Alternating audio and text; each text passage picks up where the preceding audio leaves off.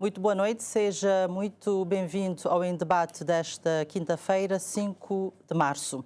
As redes sociais se tornaram hoje o grande palanque das disputas políticas em Cabo Verde.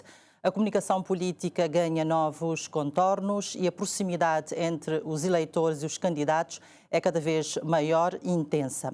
Nas vésperas das eleições, dentro e fora da rede, a ofensiva dos candidatos e dos partidos é renovada. O Em Debate desta semana aborda as novas conflitualidades políticas rumo às legislativas de maio próximo. Um olhar sobre as especificidades deste pleito, da pré-campanha tradicional ao papel dos influenciadores na transmissão das mensagens, os contornos do chamado populismo e outras novidades desse momento político. Os convidados de hoje são a jurista e antiga governante Cristina Fontes Lima, o jurista e professor Adilson Valadares e o professor e investigador Silvino Évora. Muito boa noite, meus senhores. Agradeço imensamente a vossa presença aqui, por terem aceitado o nosso convite. Eu começo por si, Cristina Fontes. Nós estamos a praticamente 2 meses de um pleito que tem as suas particularidades, pelo perfil dos candidatos, também pelas plataformas e pelo contexto também. Num olhar de arranque, eu gostaria de ouvir de si o que irá definir essas eleições? Quais são os pontos novos que temos neste pleito? Boa noite aos telespectadores, assim Margarida e aqui aos colegas deste debate. Dizer que, enquanto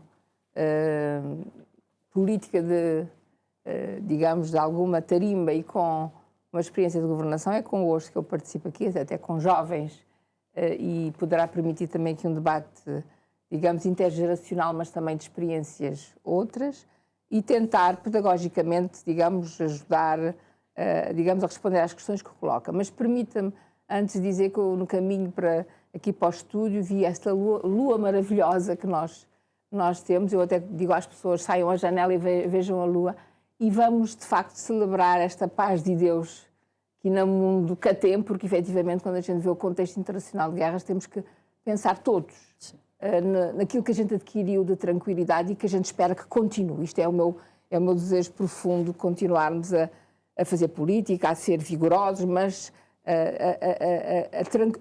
sobretudo garantir que Cabo Verde se desenvolva com tranquilidade, porque é terrível ver o que se passa à nossa volta. Eu penso que, de facto, estas eleições vão se realizar num contexto particular, portanto, não só nacional, mas como internacional. Sim. Portanto, internacional, digamos, não me alongarei, porque se sabe que, havendo uma situação de guerra que vai trazer, com certeza, implicações a nível mundial, vai trazer questões relativas à segurança, vai trazer questões relativas aos impactos económicos. Portanto, é preciso que qualquer, digamos, partido que se apresenta às eleições que avalie isto e também admita a necessidade de abordagens consensuais ou alguma necessidade de concertações finas sobre como Cabo Verde vai reagir. Sim. Não se pode ignorar isso. Eu não vejo discutir muito isso, mas é verdade. Sim. Que não é de agora, já com a guerra sobre um futuro imprevisível. Cada vez mais. Cada vez mais. Pronto. Mas o contexto nacional também é extremamente, digamos, desafiante, porque é um contexto em que, portanto, são eleições que acontecem 50 anos após a independência, 35 anos depois da transição democrática, e onde, efetivamente, não se trata apenas de fazer o balanço, digamos, dos últimos 10 anos do partido no poder, mas há claramente uma espécie de momento para um novo ciclo, parece-me um novo ciclo de governação. Penso que não, digamos, as mensagens que os cidadãos têm enviado, basta ver, por exemplo, os resultados do Afrobarómetro de 2024, 65% dos cidadãos cabo-verdianos diziam, nessa altura, que o país não estava a ir no bom caminho. Havia também grandes receios sobre o futuro e sobre, digamos, problemas como o desemprego, a economia, a saúde. Portanto, havia, de facto, ao mesmo tempo, alguma reivindicação de mais inclusão social. E há, não é? Portanto, eu acho que o que vai estar em causa é a necessidade, claramente, de um desenvolvimento, um novo ciclo de desenvolvimento com mais mais resultados, com mais eficácia, com mais capacidade de resolver o problema das pessoas, nomeadamente nessas questões que eles consideram ainda problemáticas, e eles identificam claramente, mas também uma melhor democracia, uma democracia mais qualificada. Portanto, esta pretensão de termos, para além da participação nas eleições, uma participação mais ativa durante o período em que não há eleições, é evidente, mas também acho que o exercício da liberdade e da participação, e de estar junto, de acompanhar as políticas públicas, a sua elaboração, mas também a sua implementação. Mas também vai depender, eu acho que é outra particularidade destas eleições, como é que vai o eleitor, portanto, neste contexto, responder. Sabemos que temos tido um percurso em que a abstenção tem aumentado. Nós temos, de 2011 até agora, um crescente. Portanto, em 2011 tivemos 24% de abstenção, em 2016 34%, em 2021 42%, portanto, em que aparece esta ideia da relação com a política como uma questão complicada. Portanto, isso também acho que vai-se perceber como é que o eleitor responderá a estas questões. Portanto, a minha expectativa é podermos ter efetivamente uma nova era com políticas mais efetivas para mais inclusão social e também uma democracia mais qualificada e menos formal. Eu penso que essas questões estarão em cima da mesa. Eu acho que esta é uma questão que eu devo estender também aos demais participantes aqui, porque são olhares diversos. Adilson Valadares, como é que olha para estas eleições? O que é que destacaria de diferente daqueles anteriores pleitos que nós tivemos aqui? Muito boa noite. E que a ERA também vai inaugurar.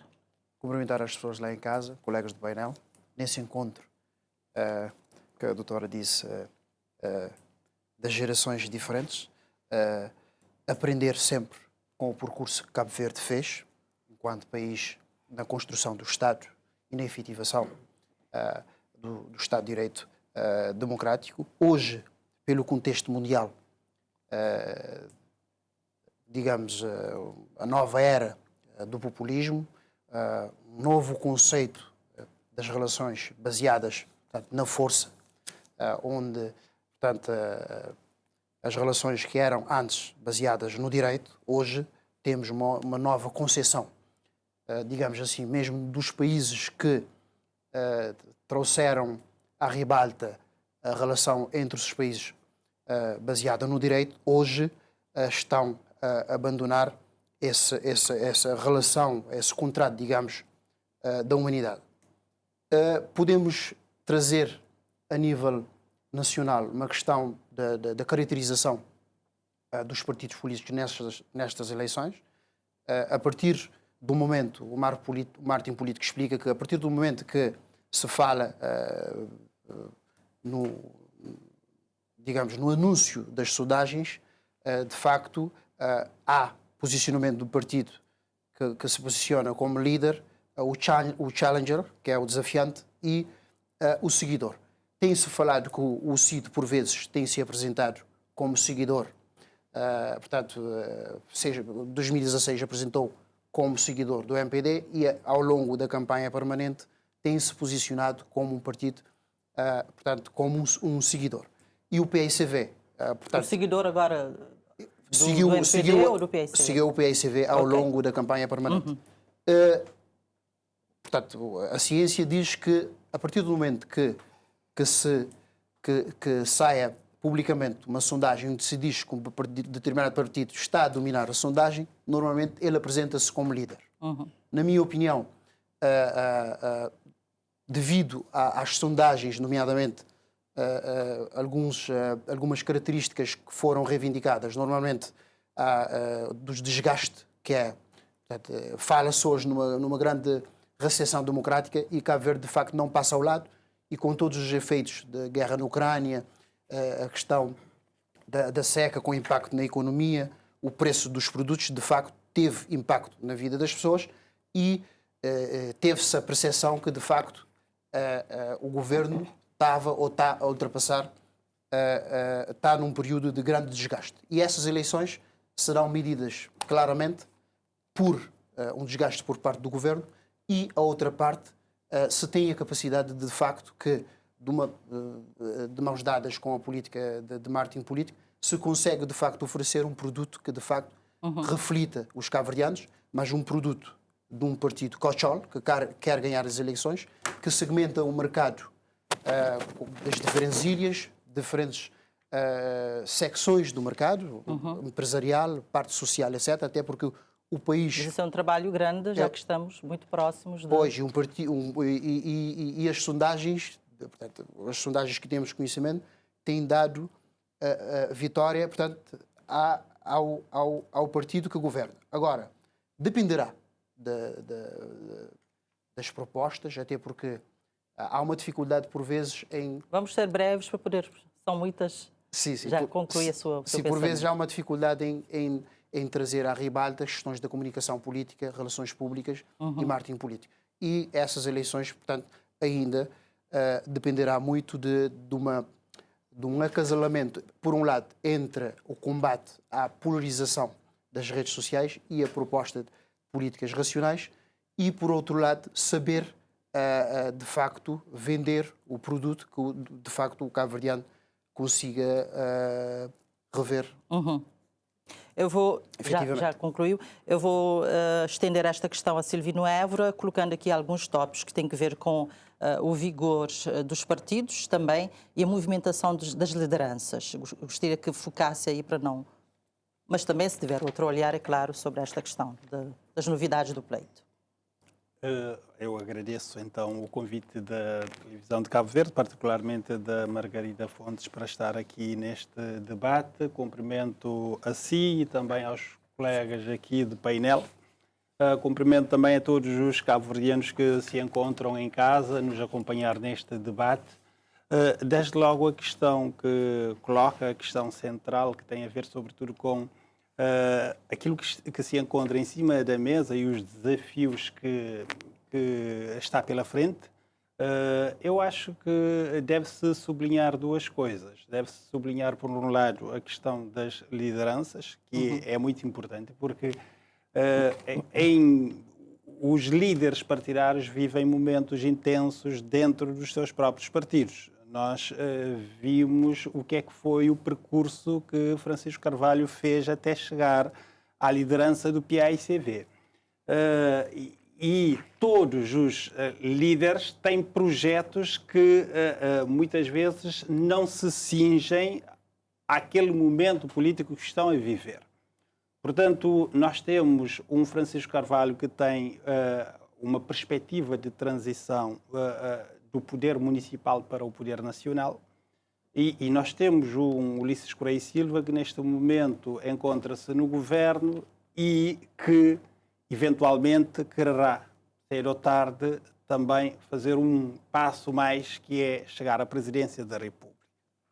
E cada uma dessas ambições pode ver, o processo eleitoral pode diminuir o caminho. Dependendo daquilo que acontecer.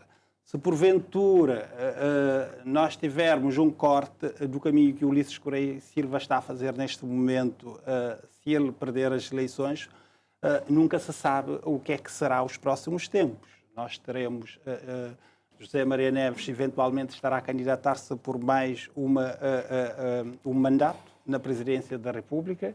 Haverá um refazer do partido, o MPD, se isso acontecer, e nunca se sabe, na recolocação das pedras, como é que os apoios vão se organizando.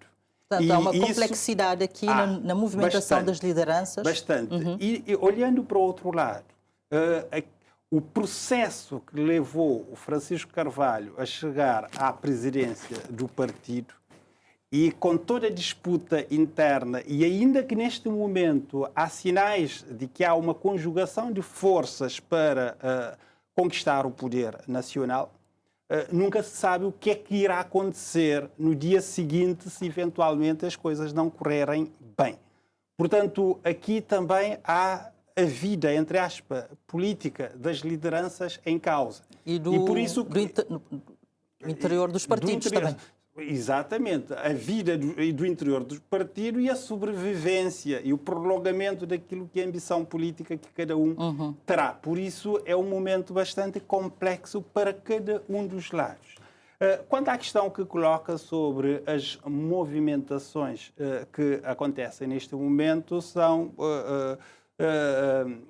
diria eu, substratos próprios da época, porque nós estamos num período pré-eleitoral. E um período pré-eleitoral, o que é normal é aqueles que estão em posição para, eventualmente, conquistar o poder ou conservar para quem tem o poder,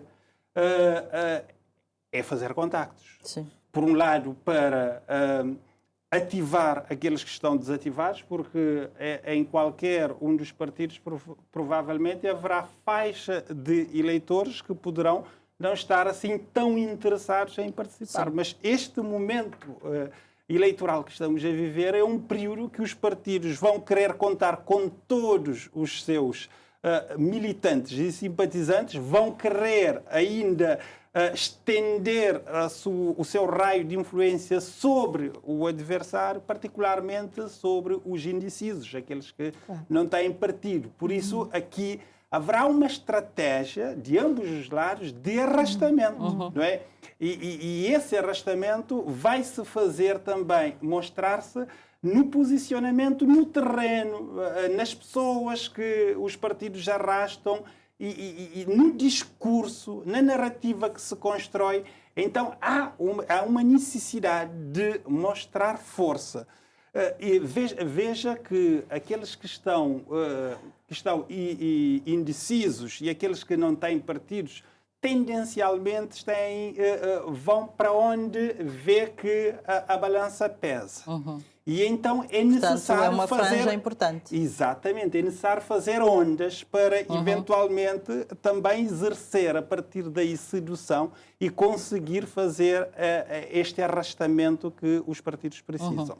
Ainda vamos continuar aqui em questões gerais. Temos a questão das ideologias. É importante percebermos se de facto há um exercício de definição ou de aprimoramento externo, digamos, na comunicação, no posicionamento da questão ideológica dos nossos partidos nestas corridas.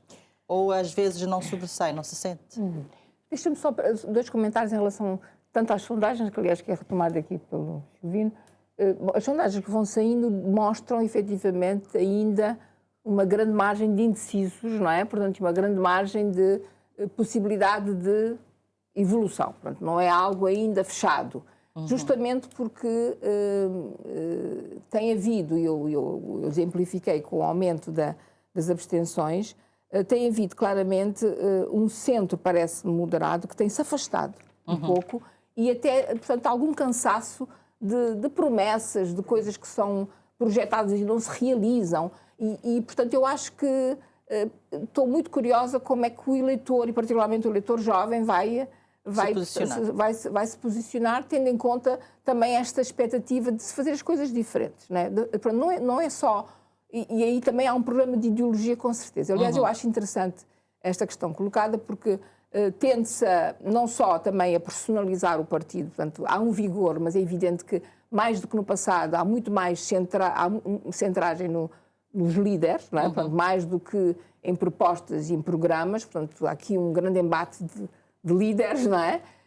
Mas também há esta perspectiva de que as pessoas querem ouvir soluções para os seus problemas no cotidiano. E eu acho que isto tem a ver até com eu até situo isto num contexto internacional. Eu acho que há uma crise efetiva do neoliberalismo que, portanto, vem já mesmo antes do Covid. O Covid e as guerras vieram trazer ao de cima que há gente muito mais pobre, que há gente que, portanto, como aqui depois os nossos desastres em São Vicente demonstraram a existência de que as pessoas pensavam que não existiam, mas estão lá, portanto, de casas de lata, e pessoas com dificuldades mas já no mundo inteiro, eu permita-me este recuo, já desde antes com os movimentos chamados as camisas amarelas, como é que se chama, os gilets jaunes, não é?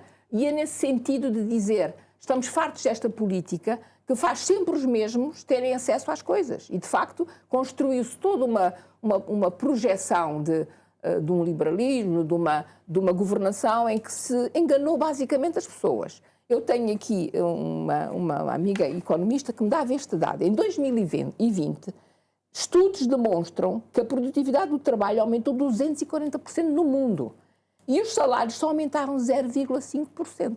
Isto é que dá conta da injustiça que as pessoas começaram a denunciar. Esta ideia de que tinha que haver competitividade, tinha que se defender, portanto, as economias por causa das concorrências, escondeu sempre esta ideia de uma desigualdade profunda em que o trabalho não foi compensado como capital. Não foi, efetivamente, digamos, distribuído mais adequadamente e mais decentemente o produto desse trabalho. Estão a ver? A produtividade no mundo aumentou 240%. Não é? E o salário não acompanhou. O disparo da então, produtividade. em geral, no mundo, começa a haver estes movimentos, e não é só em França, é por todo lado. Marrocos, recentemente, as pessoas, os descamisados e as pessoas que se sentem excluídas permanentemente são chamadas para eleições para depois ver as mesmas coisas. Portanto, este movimento também vive-se aqui em Cabo Verde, com certeza. Então, e isso é ideológico, com certeza. Sim. Eu acho muito... O pano de fundo é ideológico. Eu acho muita piada quando as pessoas dizem a ideologia. Claro que é ideologia. A ideologia não é um problema, é uma prioridade. Tu tens que ter opções ideológicas e é nesse sentido que, digamos, os partidos que se vão apresentar vão ter também que se definir. Eu acho que, por exemplo, é claro que toda a filosofia de menos Estado... Eu não sei se tenho tempo de contar uma história muito interessante, que é, eu assisti a um debate sobre a questão dos transportes aéreos e da necessidade ou não de uma companhia de bandeira em Cabo Verde. E alguém dizia, um deputado todo afoito, que dizia, mas há muitas democracias que não têm companhia de bandeira. E a Cristina Duarte, na altura, Ministra das Finanças, pergunta, e são arquipélagos? Porque, efetivamente, aí, quer dizer, esta ideia de menos Estado em certas áreas não faz sentido. Portanto, temos que ter a realidade de Cabo Verde, que é a vulnerabilidade, mas temos também de ter uma lógica de que, se a gente quer combater a pobreza, há necessidade de um mínimo de proteção social. E é isso que as pessoas estão à espera. E eu acho que vai ser cada vez mais, e por isso depois podemos entrar no populismo, que entrará esta questão. As pessoas querem ouvir a solução para os seus problemas e também já estão cansadas de ser enganadas. Eu acho que é basicamente no plano mundial e aqui também, ou se muda para mais decência e mais justiça social, as pessoas vão continuar a sair às ruas ou vão continuar a protestar e com razão, ou então a alimentar. Por exemplo, não é por acaso que em Portugal quem era comunista agora vota Chega, porque de facto continua descontente com as respostas que se lhe dão. Se a gente perder de vista radicaliza com certeza. E radicaliza, e quem é dirigente partidário vai tentando acompanhar, portanto pode também não tem que cair na mesma lógica, porque depois as pessoas vão cobrar. Esta ideia de que promete-se tudo também não é possível, porque as pessoas cobram. As pessoas estão cada vez mais conscientes. Eu não acredito nesta ideia de gente, e eu concluirei mais tarde, que acho que temos um eleitorado cada vez mais maduro, porque vai cobrar com certeza. Vamos ouvir Valadares sobre, não sei se quererá acrescentar alguma coisa sobre essa questão da ideologia, mas eu farei já a questão que tem que ver com as campanhas políticas, as pré-campanhas, que são sempre tensas, mas nós temos uma particularidade agora, particularmente com as redes sociais. Eu gostaria que desse, assim, uma pincelada nessa nova intensidade nas redes sociais, neste período. Creio que as questões estão interligadas. Sim. E se formos ver, com o fenómeno do populismo que veio depois na sequência da crise de 2008 e 2012 e do cansaço da democracia, hoje a literatura, sobretudo da pedagogia do combate ao populismo, fala na técnica, digamos assim, epistemológica e não só, do mentor do poder, em saber equilibrar, por um lado, as reformas económicas e das empresas públicas e não só, e por outro lado, as reivindicações sociais que aparece o salvador da pátria para propor, portanto, medidas fáceis para problemas complexos.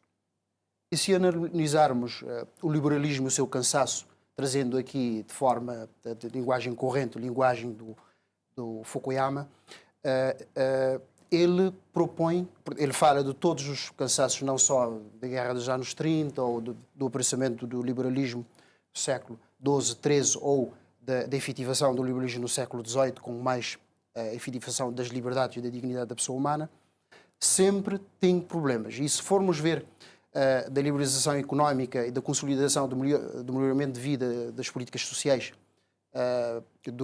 ou digamos assim, das virtudes do liberalismo, houve, de facto, uma maior evolução da dignidade da pessoa humana, não só dos direitos da primeira geração e da segunda geração.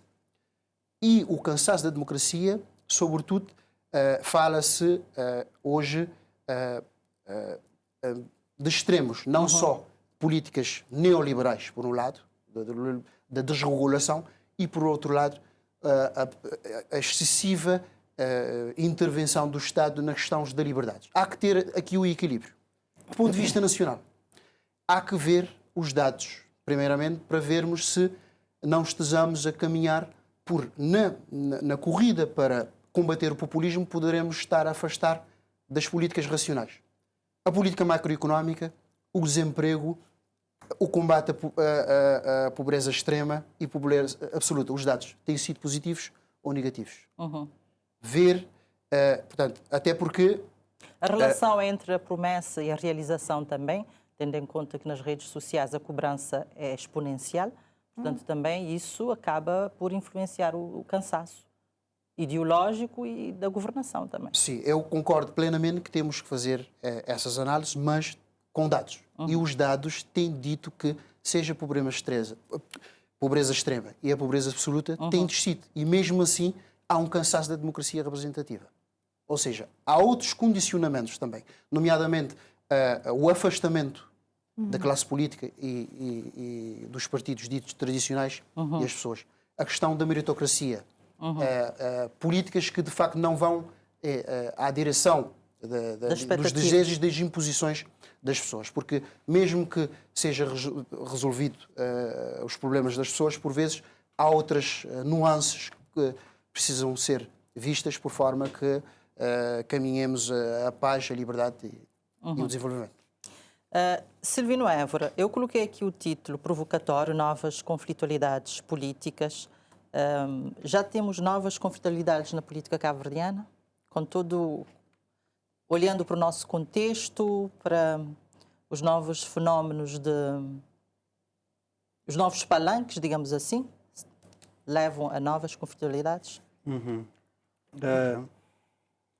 Tomo nota aqui de novas conflitualidades, porque eu queria antes fazer sublinhado sobre a ideologia, sobre a questão das ideologias.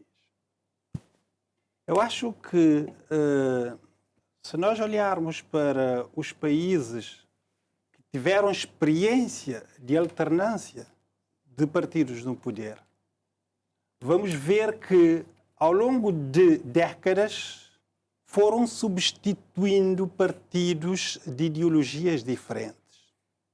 Bem, tanto à direita e à esquerda. E os problemas não resolveram de todo. Os problemas permaneceram. Não houve uma única ideologia que resolveu todos os problemas das nações. Portanto, eu acho que muitas vezes o que nós temos tido,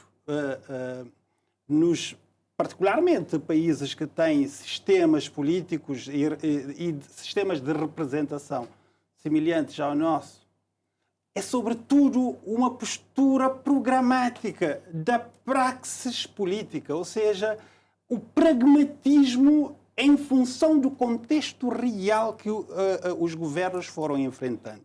É claro que aqui e acolá nós vamos encontrando, sobretudo na definição das políticas macro, nós vamos encontrando resplandecido a perspectiva das ideologias. Exato. Mas, do ponto de vista da execução política, os governos têm problemas nas mãos e têm que resolver.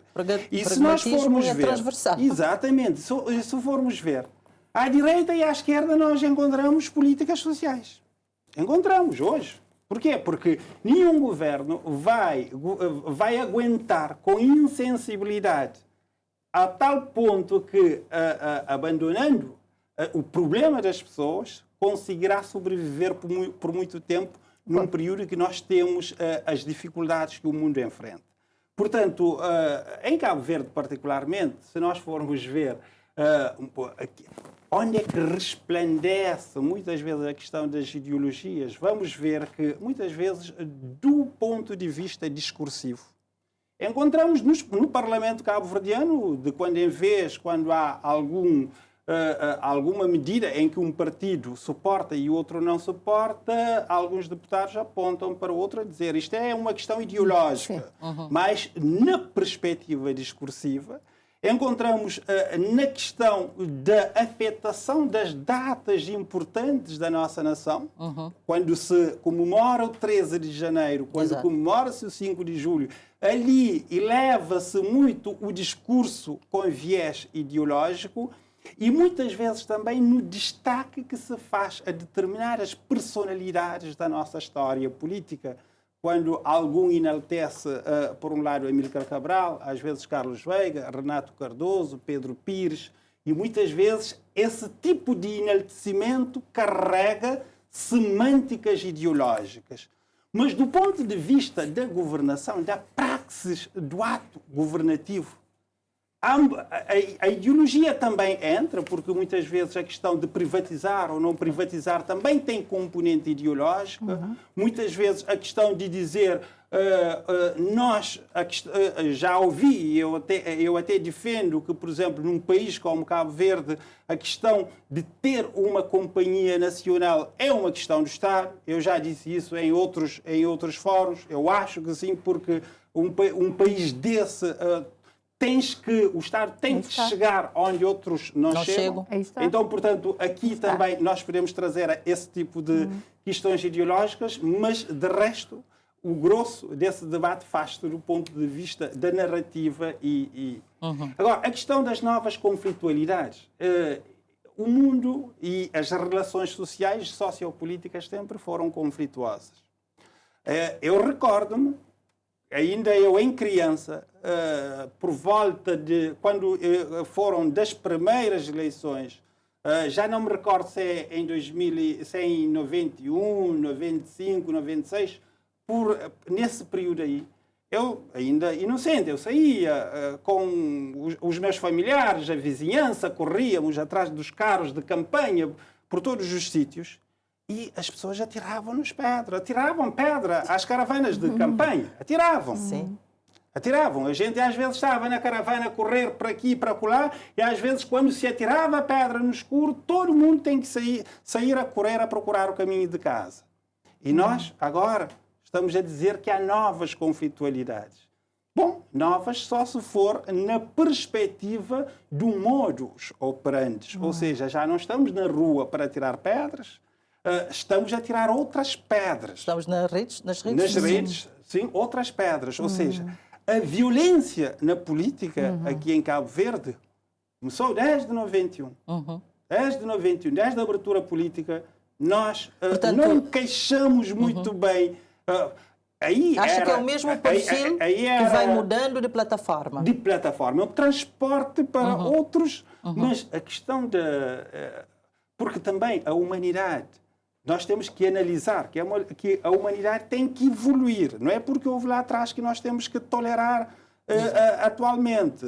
1991 já está lá atrás. O que é que nós aprendemos? Nós crescemos em vários outros campos. Hoje temos universidade em Cabo Verde, que era coisa que na altura sequer ainda tínhamos à frente como um horizonte próximo.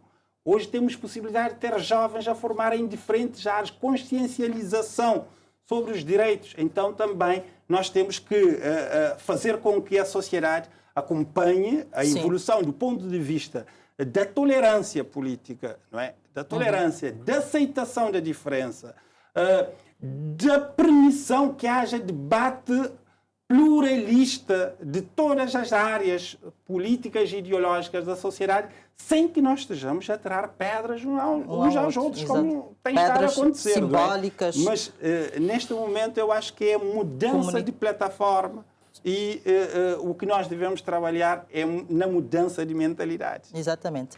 Mas em outras paragens, Cristina Fontes, já há estudos que apontam as redes sociais, a dinâmica das redes sociais, como uma das causas da excessiva polarização. Nós podemos também perceber isso em Cabo Verde ou Ou é uma plataforma que repete a dinâmica física? Eu penso que complica um bocadinho, porque efetivamente diz o que quer e depois não há verificação e depois manipula-se, pelo que é um momento também de, digamos, exortar meios de comunicação social para fazer um bocadinho mais de trabalho em termos de esclarecer as coisas. Polígrafos, há muita coisa no espaço público que é tirado e que as pessoas ficam desorientadas e, portanto, acho que as redes sociais permitem toda a gente ser jornalista e, portanto, nesse sentido amplifica. Mas é evidente também que há uma... É verdade, e permitam-me voltar a essa questão da ideologia, a questão das conflitualidades. Houve, de facto, conflitualidade, portanto, desde o início da abertura democrática, as pedras de que fala o Silvino, mas houve também a capacidade de alguma argumentação, e eu acho que, não o disse até agora, mas eu gosto de dizer sempre, estamos a fazer um balanço agora, mas devemos de facto valorizar tudo o que fizemos até agora. Exato. E fizemos, portanto, também graças a políticos que permitiram-se ter algum diálogo, alguma argumentação. Uhum. E eu tenho dito, e é a minha experiência, eu já tenho 40 anos de política em Cabo Verde, participei na transição democrática e estive também no Parlamento como deputada, como membro do governo, e sei isso. Na 25ª hora foi possível encontrar consenso, soluções e resolver problemas. Portanto, o que fizemos em 2010 com uma consensualização da revisão da Constituição, que a tornou mais, digamos, assumida por todos, questões ligadas à reforma da justiça, várias questões conseguiu-se resolver. Uhum. O meu receio é que neste momento está-se a perder um bocadinho essa perspectiva e a nova conflitualidade é uma espécie de afastar-se do debate, da argumentação, também por um empobrecimento, eu tenho que o dizer, do debate e também da própria qualidade dos atores políticos. Há um pouco esta ideia de que todos podem ser tudo, e às vezes perder a perspectiva de que são responsabilidades. Por exemplo, eu se vou para vereador da Proteção Civil, eu tenho que minimamente saber alguma coisa, porque se me aparece uma catástrofe, eu tenho que responder, são vidas que estarão em minha... Portanto, não é só ir receber, digamos, um estipêndio como vereador ou ficar bonito na fotografia, é ter responsabilidades. Sim. E eu acho que é este aspecto que leva, porque há algum esvaziamento de conteúdos, porque tem que se argumentar, tem que se debater, tem que se discutir. E é algo que fomos fazendo neste percurso. Fomos argumentando, fomos enriquecendo o debate, conseguimos consensos. Neste momento, eu sinto que, de facto, a polarização é no ataque, na destruição do caráter, e isso as redes sociais ajudam bastante. Portanto, quase como uma defesa para algo vazio que eu tenho, eventualmente. Porque eu tenho que argumentar, eu tenho que saber dizer o que é estar na política, quais são as minhas responsabilidades. Portanto, eu não sei se eu estou a catastrofizar, mas acho que as conflitualidades também têm a ver com a qualidade dos atores, não é? Portanto, é uma perspectiva. Eu acho que temos que ponderar válida. Mais isso, e isso é uma responsabilidade dos partidos, de formarem melhor e de evitarem também, digamos, esta banalização de que, portanto, há responsabilidade em cargos políticos. Cargo político não é só ganhar dinheiro ou toda a gente tem direito a ganhar dinheiro. Não, há responsabilidade, porque senão não responde. O que é que acontece? Há falhas depois que implicam na vida das pessoas. Sim. Se a Proteção Civil não reage como deve ser, se a saúde não está gerida como deve ser, se não se geriu como deve ser a necessidade de anestesia, portanto, são responsabilidades. Então, acho que isto é importante, nós pedagogicamente contribuirmos para uma maior formação, uma maior densidade, porque senão as pessoas fogem do debate, do argumento das políticas para o ataque e para a destruição de caráter, que é uma coisa inaceitável. Portanto, e depois, quando entra na rede social, já não sai mais. Sim, não sai mais, porque efetivamente... Portanto, eu acho que há isso. Mas permita-me que em relação à ideologia, eu acho que é uma questão muito importante, e eu tento dizer isso em breve, é verdade que, particularmente em Cabo Verde, as soluções não são 40. Quer dizer, e viu-se agora com as crises. Mesmo gente que eventualmente tinha opções mais liberais. Eu dei o exemplo desse deputado jovem que dizia não, pode haver uma companhia pode haver um país sem companhia de bandeira. Era a grande tese, porque há vários países democratas no mundo que não têm companhia de bandeira. Mas em Cabo Verde, sendo arquipélago, podemos dar-nos ao luxo de não ter uma companhia de bandeira.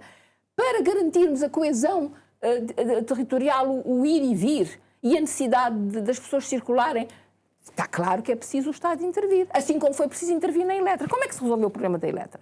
Porque, de facto, há áreas estratégicas. E isto é ideológico. Se nós tivermos, à partida, uma rejeição à ideia de um papel do Estado, e há muita gente que o tem, não é? É ideologia. Sim. Nós devemos dizer, não queremos um Estado grande, não queremos um Estado onde o cidadão e a empresa não possam fazer melhor. Mas o Estado tem que estar lá. É a ideologia que fundamenta a própria prática E política. particularmente num país como Cabo Verde, de vulnerabilidades, de pobreza. Portanto, eu acho que sim, acabamos por não ter muitas soluções, mas há, de facto, cortes ideológicos aqui que têm sido. Eu, por exemplo, e permitam-me dizer, não sei o balanço deste ciclo do MPD, mas quando se compara de 75 até 2016, quando o PICV, sistematicamente o PICV apresentou resultados de maior inclusão social. Basta ir ao índice de Gini. Houve menos desigualdades nos períodos, está lá, provado. Sim. Agora vamos ver agora. Portanto, houve sempre uma parte ideológica que não é muito diferenciada, mas que teve impactos concretos, e o exemplo é esse. Portanto, esta ideia de um Estado que possa estar lá a fazer cantinas escolares, a pôr as empregadas domésticas também na proteção social, a garantir, digamos, soluções a nível da Vamos educação. sempre voltando etc. às ideologias, mas eu só gostaria de dizer, Margarida, que é ridículo acusar o outro de ter ideologia. Mas se não tem ideologia, está a fazer o quê na política? Não, eu estou a dizer, isto encontra-se no debate. Sim, mas a ideologia ambos todos têm, todos devem ter. Mas o Silvino, de vez em quando, diz, isso é ideológico. Não é um crime. Vamos entrar, vamos entrar nos miúdos aí. Adilson Valadares, falamos aqui de comunicação. A comunicação vai ser o pano de fundo muito aqui do nosso debate entre o tradicional e o digital, né? E Silvino falou há pouco daquilo que é o lugar dos candidatos. Temos um candidato que está no governo, temos um candidato que está na Câmara Municipal da Praia, temos também um candidato que está no Parlamento, mas com menos visibilidade em termos de obras, inaugurações, vídeos nas redes sociais. Como é que os candidatos estão a se apresentar nas redes sociais? Olha, antes de mais, creio que também uma outra pergunta... Mas seja breve para nós... Com a ligação direta. É que o populismo, de facto, caracteriza-se... O populismo vai ser aqui um quadro nosso. Se esgotarmos, depois não é que a comunicação de hoje, é com a população das redes sociais, massificação das redes sociais, está ligada ao discurso, quanto ao conteúdo, a divisão entre elite má e o povo... O desprotegido, o povo, digamos, puro. O povo puro, e a nível de forma é caracterizado, aliás, o populismo, pela simplificação do discurso. E a rede social apresenta como sendo um meio perfeito para isso, para chegar Mas achas que essa simplificação do discurso é populismo ou uma forma de... Quanto à forma, é claramente o populismo, até porque afasta-se também da racionalidade e vai-se ao encontro da mensagem polarizada. Mas daquilo, acha que os candidatos, a mensagem dos nossos candidatos que nós temos, vai nessa linha? Vamos olhar concretamente para os candidatos que temos. Creio que já temos... O Francisco Carvalho tem essa prática de se comunicar em pequenos vídeos, em crioulo, diretamente, interagindo com o seu eleitorado. Há dias nós vimos também um vídeo de Ulisses Correia e Silva num café. Há esse exercício também.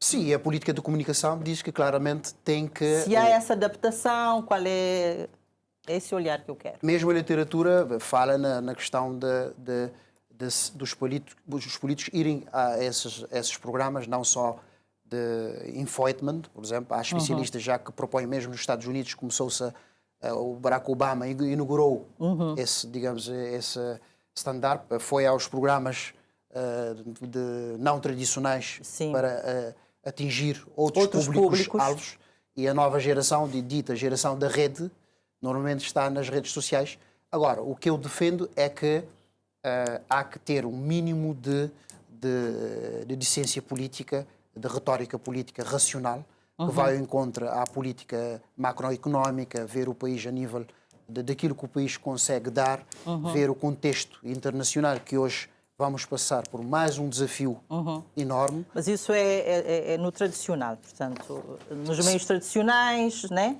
Sim, mas Eu falo televisão, rádio, é um discurso. Internet, outra coisa. Se há essa complementaridade da parte das nossas lideranças que estão a perfilar para estas eleições. Sim, e mesmo nas eleições passadas, há estudos que dizem que mesmo as pessoas reconhecem que, de facto, nomeadamente no nosso caso, o Facebook tem uma relevância enorme no sentido de chegar a mensagem às pessoas. Mas eu defendo a tese que, de facto, a comunicação política não deve estar afastada do produto político, que é, portanto, o candidato deve utilizar instrumentos de market intelligence por forma a chegar à vontade a querer do consumidor, por forma a reorganizar-se internamente, até porque temos os indecisos, mas temos as pessoas que vão estar à frente do combate político que devem... Temos também os jovens que já não assistem à televisão, que já não ouvem rádio e que estão nas redes sociais.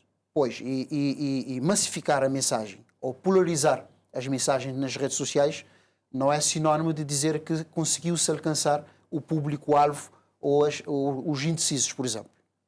E nessa perspectiva, insisto nisso, há que, de facto, segmentar o mercado. Por exemplo, uma linguagem corrente ou uma linguagem simples que ataca um público-alvo num país constituído por ilhas, não se pode dizer que atingiu um público-alvo e pode-se estar também em contramão em relação a um determinado segmento do mercado. Dou-lhe um exemplo da geração da doutora Cristina Fontes, que é uma geração, na minha perspectiva, de consolidação do PSV como social-democracia. Por exemplo, falo do encontro, por exemplo, do doutor Zé Neves com o Eunésio Silveira em São Vicente, por exemplo.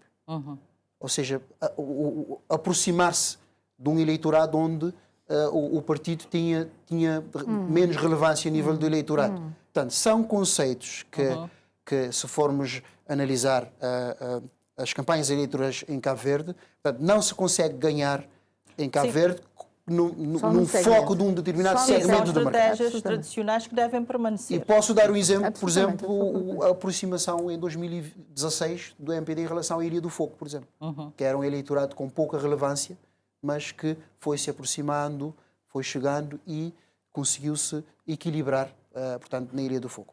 O segredo é que, de facto, haja complementaridade.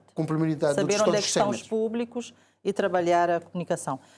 Silvino Évora, as redes sociais estão a democratizar a comunicação e realmente a mobilização política nas redes? Bom, antes de chegar à questão da democratização, eu queria só tecer dois comentários aí, porque a questão da tipologia de conteúdos, de mensagem que se coloca nas redes sociais, por si só, não determina que nós estejamos perante mensagens populistas. Temos que ver e perceber de onde é que vem isso. Quando começamos a teclar lá atrás, anos 90, nos telemóveis, mudamos a característica da escrita e a forma muito mais digestível, entre aspas, de fazer passar a mensagem. E a partir do momento em que nós passamos para a era de tablets, de telemóveis, importamos essa característica da comunicação, não é? Tanto é que hoje nós temos, inclusive, as universidades sentiram a necessidade de não só ensinar jornalismo para a rádio, jornalismo para a televisão e para os meios impressos, mas hoje nós introduzimos cadeiras de jornalismo para dispositivos móveis. Porquê? Porque no dispositivo móvel nós temos uma disponibilidade diferente de pessoas no consumo de mensagens. É alguém que está a conduzir muitas vezes e ao mesmo tempo a consumir mensagens, que é um erro, mas pessoas que estão a fazer coisas e ao mesmo tempo estão a consumir mensagens, e não tem uma disponibilidade total só para o consumo da mensagem, como lá no passado, em que as pessoas sentavam-se, tomavam um café e liam um jornal. São as telas que podem projetar uma mensagem. O que eu gostaria de chamar a atenção é que não é característica da mensagem que determina se a mensagem é populista ou não, mas é a natureza do conteúdo. Não é o formato. Por isso nós temos, a Margarida da área da comunicação conhece aquela célebre frase, que é título de um livro de Marshall McLuhan, que é o meio é a mensagem. Ou seja, cada meio que nós utilizamos implica uma mensagem com natureza diferente. Por isso, eu gostaria de deixar este sublinhado. Portanto, aqui, na questão da democratização, nós temos que olhar essa questão por dois prismas. Há, sim, uma maior participação. Se nós olharmos para a democratização como participação, nós podemos dizer que as redes sociais ampliaram o debate, ampliaram a participação e permitiram uma mescla de semânticas no espaço público. Mas agora nós temos que também fazer análise do ponto de vista da qualidade da participação. Porque hoje, se formos ver nas redes sociais os conteúdos disponibilizados, conteúdos devidamente parametrizados profissionalmente daquilo que é a informação que nós entendemos ter informação preparada para a formação da opinião pública, para uma melhor participação cívica, para qualificar a democracia. Se formos comparar essa informação com o avalanche da desinformação, a desinformação ainda é muito maior. Cobre a quantidade da informação qualificada para a democracia. Agora, aqui nós tínhamos que... São duas questões. Nós tínhamos que olhar para essa participação, se efetivamente está a traduzir em melhor democracia ou se efetivamente está a degenerar a democracia. Porque, efetivamente, se nós temos um avalanche de conteúdos enganosos a circular e muitas vezes a levar-nos a ter dúvidas sobre aquilo que é a informação verdadeira, até a informação verdadeira nós passamos a ter dúvidas sobre ela porque já não conseguimos acreditar em nada. Então, com a inteligência artificial generativa que apanha qualquer um e coloca numa posição em que nunca esteve, a partir daí lança-se uma dúvida sobre quase tudo que nós temos acesso. A integridade e agora, da informação... a questão é, isto é a qualidade da democracia. É isso que a democracia requer. A democracia não requer pessoas bem formadas, com capacidade para tomar decisões em consciência, com um debate público plural que permita perceber o outro, mas percebendo o outro é perceber com verdade. Não é ter a informação do outro e não saber se aquilo é verdade ou se não corresponde à verdade. Portanto, nós temos aqui uma situação meio complexa. O que eu posso dizer é que ampliou-se a palavra. Agora, se esta ampliação da palavra torna em pessoas mais preparadas para exercer a cidadania, eu hoje já tenho dúvidas. Agora, tem a questão da mobilização também. Mobiliza. Por exemplo, hoje nós temos a questão dos influencers. Nós não podemos ignorar isso. Claro. Porque nós temos candidatos que têm proximidades com influencers e isso tem um impacto. Há uma mobilização efetiva política? Claro que há. Repara que ao longo de um século, ou seja, durante todo o século XX, começando a partir de 1919, que começaram as primeiras teorias da comunicação, elas surgiram e durante 100 anos surgiram para tentar perceber como é que a televisão, sobretudo a televisão, os médias de uma forma geral, mas os ecrãs em particular, tinham a capacidade de seduzir as pessoas, sobretudo na tomada das decisões políticas. Exatamente. E nós fomos vendo que ao longo de 100 anos, toda a teorização que foi desenvolvida foi no sentido, foram oscilando, mas no sentido de que haveria uma grande capacidade de sedução. E hoje, o que é que nós estamos? Nós continuamos na era dos ecrãs. Ou seja, a sedução dos ecrãs ainda continua. E quando nós temos um vedeta, não é? Uma figura que nós colocamos aí à frente das pessoas e, sobretudo, que as pessoas têm uma certa admiração por elas. Pessoas que têm seguidores. Exatamente. Nós vamos avaliar, sim, uma audiência um que é auditório. relevante para o assunto que estamos um aqui a falar. É a mesma coisa que se fazia no passado, não é? Porque no passado as pessoas iam à televisão porque a televisão tem o seu auditório, não é? E procuravam sempre as televisões com maior audiência. E hoje o que é que se faz? Vai-se também às televisões, porque continuam a ser importantes, mas também vai-se procurar o auditório dos influencers, porque eles têm um avalanche de pessoas atrás deles. Então é neste sentido que os partidos políticos, em função das conveniências, vão arrastando aqui e acolá os influencers também para esse combate político, porque não é o influencer que está em causa. O que está em causa é aquilo que o influencer conseguiu construir enquanto capacidade de seduzir um determinado auditório.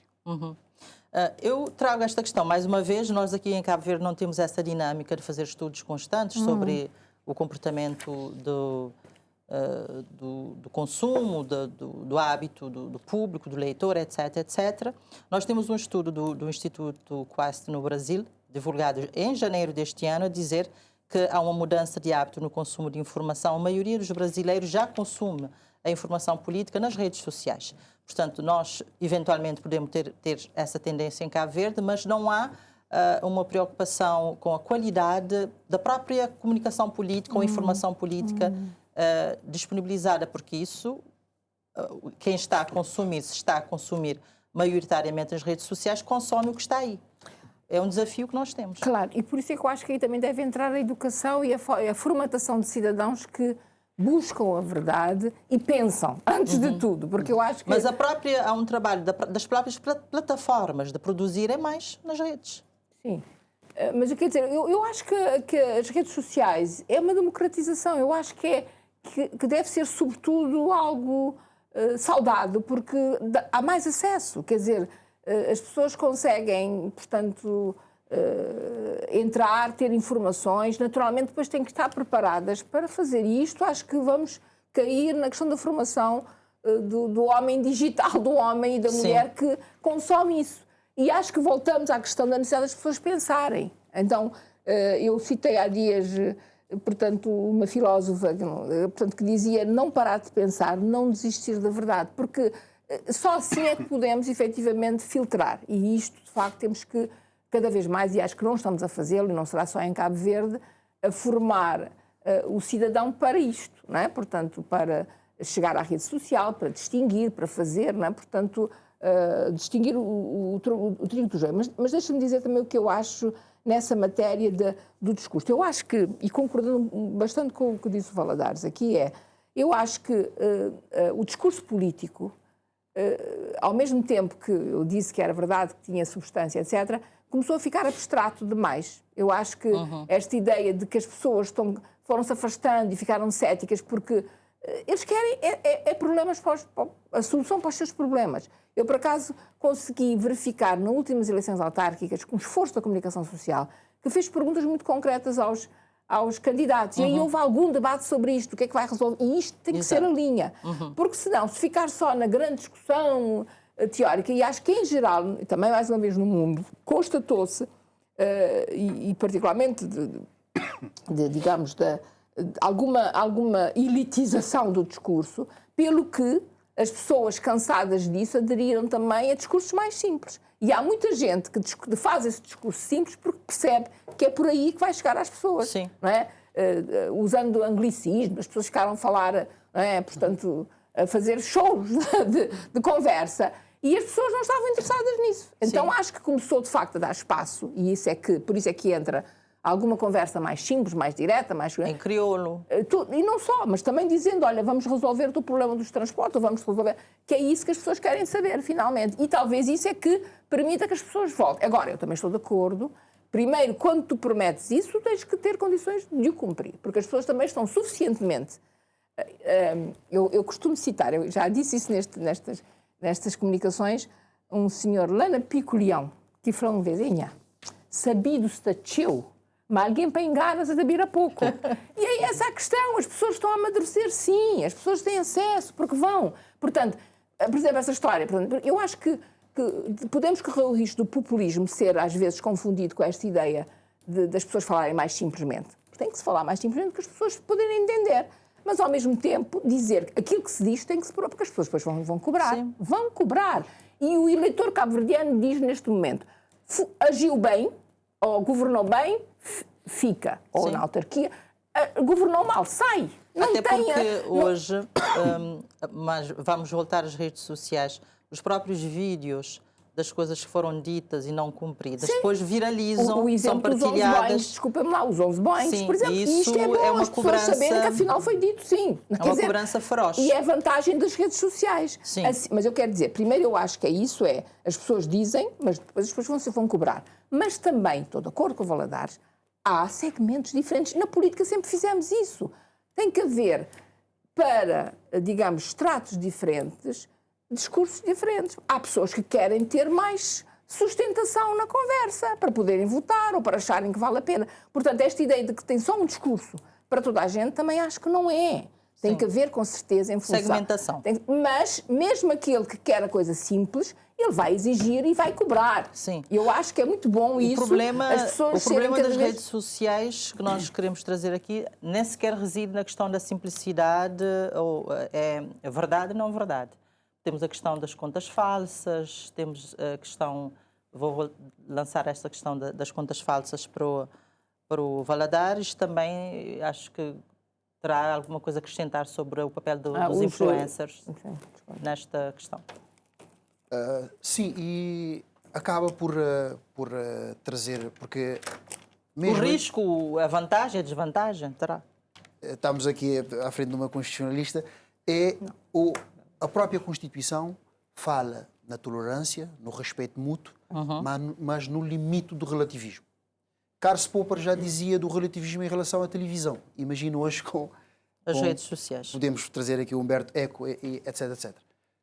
E o que se tem visto é que, de facto, esses influências, por vezes, são pessoas que, não faço uma análise de forma generalizada, mas a comunicação também tem o seu rigor e o bom jornalista acompanha a macroeconomia do país, as contas certas, dizia alguém, a questão macroeconómica, a dívida pública, a inflação, etc, etc.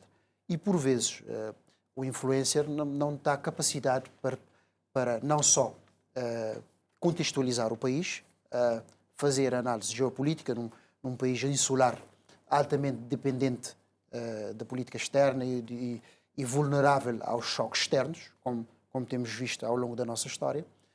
E, na minha opinião... Mas é arranjar influências, então, que faz isso. Agora, o que eu tenho dito, feito alguma pedagogia, através da escrita, é que o político deve, sim, ir a essas demandas. Claro. Só que deve ter, mesmo a nível de pedagogia, a nível da literatura, diz-se que, por exemplo, o governo ou a oposição deve contratar assessores para, por exemplo, quando se tem uma população de uma notícia falsa, a pessoa interage com o facebookiano e não só, e disponibiliza de forma cordial o acesso a link, por forma que, de facto, o internauta possa ter acesso à notícia verdadeira. Até porque, trazendo aqui também um politólogo brasileiro, é que as pessoas têm propensão para partilhar as notícias, mesmo que sejam falsas, desde que entra nas suas convicções, naquilo que acredita. E se formos ver, há, de facto, um cansaço da democracia, dos ditos partidos tradicionais, e isto, por vezes, o sentimento, o ressentimento, por vezes, ultrapassa a questão da racionalidade. E isto é ciência. Por vezes, as pessoas com mais propensão para ter uma análise racional caem mais rapidamente nos discursos emocionais. E a ciência fala sobre isso. E isso é um desafio da humanidade. Podemos dizer que é um dos principais desafios da humanidade. Não só. Hoje fala-se na regulação das redes sociais. Podemos trazer aqui o contrato social e fazer uma ascensão filosófica na rede. E se formos ver, na modelação entre os direitos e as restrições, são questões muito complexas. E na minha perspectiva, temos muito a aprender, não só com os Estados Unidos e com a Europa, que, por vezes, a questão da análise de dados ou de interferência nas questões de integridade ou de liberdade das pessoas tem sido um desafio enorme. não sei se o país está preparado para essas demandas. No entanto, a humanidade terá claramente que regular, de acordo com o respeito pelos direitos e liberdades das pessoas, a rede social, sob pena de estarmos a caminhar por um caminho imprevisível e que coloca em causa a própria paz e liberdade da humanidade. A Espanha já fez alguma coisa interessante nessa matéria. Tem sido o caminho. Sim, há uns governos que fazem, há outros que ficam desesperados. Temos é preciso uma intervenção a nível... É por isso que, em princípio, as Nações Unidas deviam funcionar para essas coisas, porque temos de ter uma regulação mundial dessas questões. Sim. Vamos agora entrar na questão cara de Valadares, que é um assunto que estuda e que vem mencionando, que é a questão do populismo. Silvino, quais os sinais de populismo que já temos em Cabo Verde, na sua leitura? Bom, eu acho que o populismo é uma questão que deveria ser dirigida ao Valadares, porque não, depois como ele estava a falar, então não vou... Ele é que é especialista Sim, na matéria. depois a questão volta para ele. Estamos a falar de comunicação, que é do Dr. Silvino, então tens que ser solidário. Exato. Bom, em Cabo Verde, o que nós temos registado é uma simplificação do discurso. Um discurso que aproxima muito mais à população. Se essa simplificação do discurso e muitas vezes também aquilo que se caracteriza, que se usa muito para caracterizar o populismo é prometer quase tudo, não é? E quase tudo a todos. Não sei se efetivamente nós nos encontramos numa situação, até porque creio que não temos ainda estudos que nos possam colocar o posicionamento, quer dos partidos, quer das figuras que nós temos, em relação a eventual populismo, no sentido de conseguir encaixar cada um dos atores que atuam nesse tabuleiro político cabo-verdiano dentro dessas categorias semânticas. O que eu vejo é, nós temos uma mudança de paradigma de relacionamento entre políticos e população. Temos uma aproximação cada vez mais densa, no sentido de tanto da parte das pessoas para com, aí também está a questão que colocou há bocado, que é da democratização que as redes trazem. Eu vejo essa parte, sim, nós temos que olhar as coisas dos dois lados. Porque antes as pessoas não conversavam com os políticos. Os políticos estavam num lado, as pessoas estavam do outro lado. Agora as pessoas vão, inclusive, à rede social do político e deixa mensagens, e muitas vezes mensagens pouco simpáticas do ponto de vista da urbanidade. Eu não estou a dizer que ninguém tem que tratar um político com carinho, não, mas só que nós também temos que ver como é que nós dirigimos as palavras. Sim.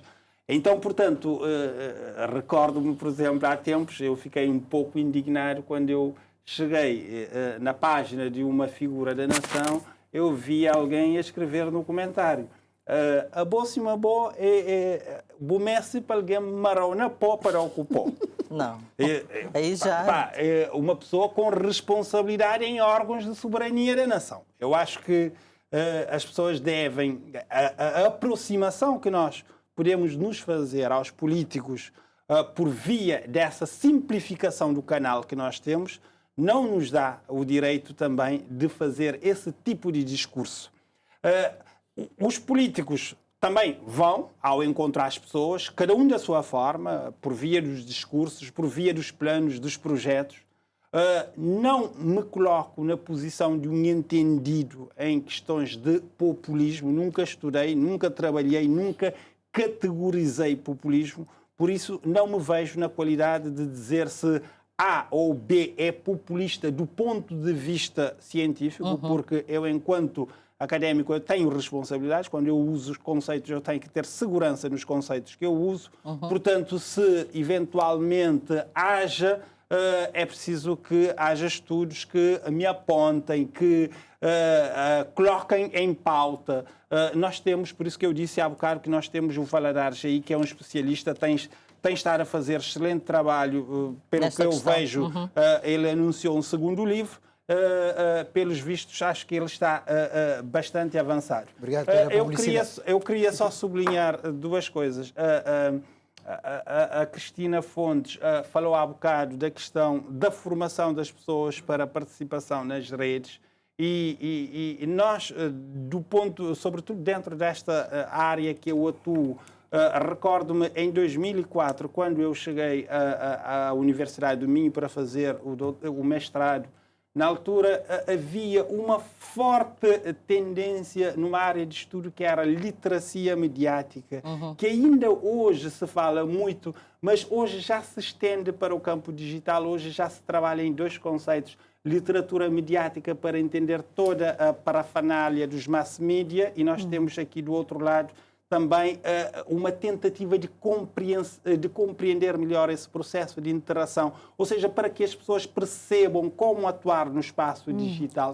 Portanto, eu acho que há essa necessidade tem que ser estudado, de fazer as pessoas compreender a nova gramática da comunicação. Assim como se ensina as pessoas a ler, a escrever, também é preciso ensinar as pessoas a codificar e descodificar as mensagens dos mass media antigo, que nós não fizemos, não fomos treinados nem preparados para isso. Agora chega um novo canal e novas plataformas. Nós não estamos preparados para isso. Que pode correr o risco de baralhar exatamente o próprio tradicional. E o pior é o quê? É que nós não sabemos o que é que está para vir amanhã. Nós não fomos preparados para o que nós já chamamos de mídias antigos. Não estamos a ser preparados para os novos mídias e não sabemos o que é que vem. E ficamos numa situação em que cada um usa à sua maneira, da forma que lhe dá jeito e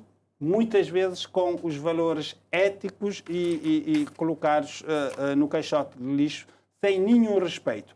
Falou há bocado, eu queria fazer apenas um comentário sobre as contas falsas. As contas falsas são um grande problema das sociedades democráticas. Estão a falar de contas falsas, é das contas do Facebook. Os perfis das redes falsas são um grande problema. Porquê? Rapidamente. Porque na política é causa repara, porque traz um inimigo sem rosto, mas é um inimigo a todo o tempo. Porque repara que mesmo um indivíduo que está dentro de um partido, ele pode ser atacado por alguém de dentro do seu partido que cria uma conta falsa e que quer lhe destruir. Nós, às vezes, olhamos a conta falsa no combate entre as estruturas, mas muitas vezes ele serve para dar tiro para dentro e para fora.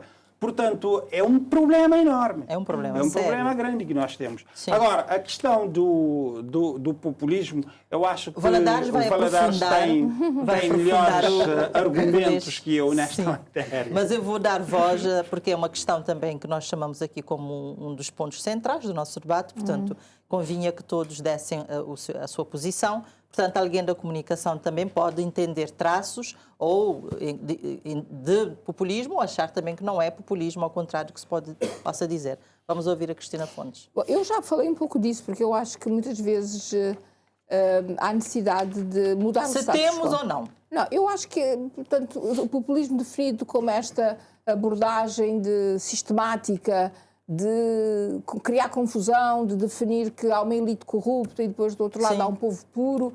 Penso que não se chega a isso. Temos, sobretudo, um discurso, às vezes, portanto, que não é só prometer coisas, mas quando se faz também mistificações, eu acho que é populismo, é tomar as pessoas por eu mencionei cretinas, aqui um autor por cretinas.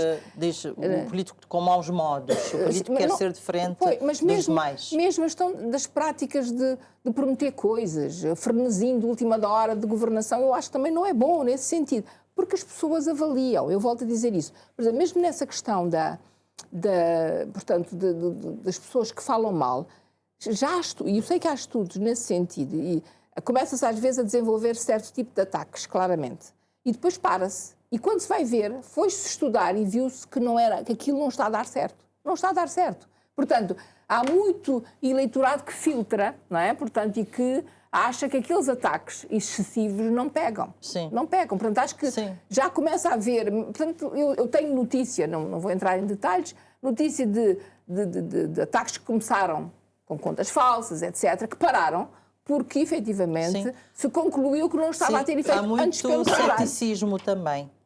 Há um ceticismo dos nossos públicos digitais, né?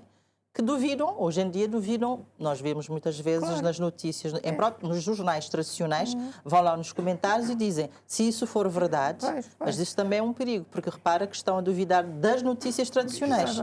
Aí... Portanto, a ideia de facto de que é uma coisa boa as pessoas terem... Mas pelo menos os boatos não pegam tanto. Sim, porque... e as pessoas já começam a... Portanto, e sabem quando há interesses políticos, ou político-partidários, sobretudo, ou não, é? Portanto, vão dando desconto, não é? Está a fazer isso porque, não é? Porque é o seu clube.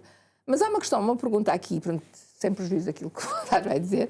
Eu também tentei enquadrar dizendo que há necessidade de simplificar. E a simplificação não é má em si. Portanto, não se pode deixar que a simplificação, portanto, seja para toda a gente. Eu já referi isso. Portanto, é preciso ter, para certos estratos, alguma portanto, discursos mais estruturados, que as pessoas querem ter informações, porque como é que se chega lá, etc. Mas também há assuntos que são complexos, naturalmente, pois, e que, pela natureza... Tudo se consegue simplificar, se calhar, mas para certos segmentos eles querem saber mais coisas e tem que saber esse discurso para isso. Mas eu, tanto quanto sei, sempre se fez política em Cabo Verde assim, falando para vários públicos, não é? Só que neste momento, efetivamente, tendo em conta, digamos, esta dificuldade que as pessoas têm de acompanhar alguma abstração, está-se a simplificar ainda mais. E isto está a bater certo em várias partes do mundo, esta simplificação existe. Agora, há uma questão que é colocada aqui que me parece interessante. O líder considerado populista não quer simplesmente mudar o status quo. Também é verdade que, digamos, há necessidade, e eu acho que em Cabo Verde estamos a viver um momento deste, as pessoas querem novas esperanças, as pessoas querem melhores respostas. Então, também não podemos dizer que se disser que é preciso mais... Romper com alguma coisa que seja o fim do mundo. E eu acho que tanto a juventude como a população em geral está a querer rupturas de algumas coisas, está a querer rupturas em termos de democracia, essa história de ter medo de falar na política, de se queixar da partidarização a nível das autarquias e do Estado, tudo isto as pessoas querem mudar estas questões. Esta questão também ligada portanto, aos rendimentos. Eu acho que, por exemplo, uma das questões que os jovens... Eu acho que temos que pensar seriamente em políticas de rendimento e de remunerações que permitam que os jovens não saiam, porque tens tanta gente aí nos hotéis ou em certas profissões que podiam ser melhor pagos, tendo em conta, mais uma vez, o que é a produtividade deles, o que é o rendimento desses hotéis, desses restaurantes, dessas empresas. Eu estou convencida que muito jovem que saiu, se lhe pagassem um bocadinho melhor, portanto, se quem lhe paga fosse um bocadinho mais, digamos... Como é que eu ia dizer? Generoso. Generoso não é a palavra. É mesmo mais adequado, mais justo. Não sairia. Portanto, há questões que têm que haver ruptura, continuar as mesmas coisas. Porquê é que as pessoas saem? Porque estão a ganhar coisas que não nos permitem fazer a vida. Portanto, vamos ouvir agora é preciso mudar o status quo e, muitas vezes, a projeção desse status quo implica alguma sacudida e ruptura. Vamos ouvir Valadares, mas eu queria entender, de facto, em sinais concretos que nós temos e que podem suscitar preocupação naquilo que é a maturidade política e democrática cabo-verdiana. O problema é que, de facto, a preocupação maior do populismo, as pessoas, por vezes, passam ao lado. E o populismo, concordando aqui com a doutora Cristina Fontes, é que, de facto, é a dicotomia entre a elite má e o povo puro. Mas o populismo tende a ter um ceticismo em relação à intermediação democrática. Ele quer impor espécie de uma democracia popular. E ele sempre que, por exemplo, quando falamos do check and balance ou do controle das contas públicas, a fiscalização democrática, ele diz que não quer ser julgado por tribunal porque é uma elite corrupta que está lá. Quando se quer ser intermediado por um jornalista, ele diz que o jornalista é de outra casta. É dos tradicionais inimigos do povo. E ele aparece como salvador da pátria para dizer que ele é puro e que todos os outros são corruptos. E a minha ligação, porque populismo é um conceito sobretudo de epistemologia da ciência política, mas em Portugal há um constitucionalista que, por acaso, ele fez o livro depois da minha publicação, do meu primeiro volume, onde ele tem uma incidência sobretudo nas questões de lutas de nacionalismo na Europa. Podemos fazer uma comparação do século XX ou depois da Revolução Francesa, toda aquela onda ou propostas de Rousseau, ou depois aproveitamento depois com algum marxismo e aproveitamento do Mussolini, Hitler, etc, etc. Mas não vou ser enfadonho. No nosso contexto, o nosso populismo, a sua propensão maior não é xenofobia, etc. A nossa propensão para o populismo é sobretudo classista.